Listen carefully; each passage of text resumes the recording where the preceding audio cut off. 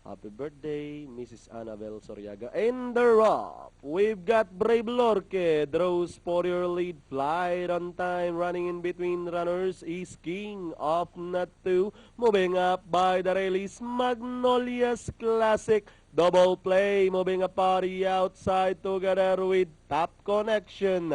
Past the last 800, three runners are fighting out for the lead. King of Not to Fly on time. Then running by the rail is Magnolia's Classic. Moving up Nawari outside is Double Play as they round at the last 450. Double play, moving a party outside. Top Connection as they swing for home.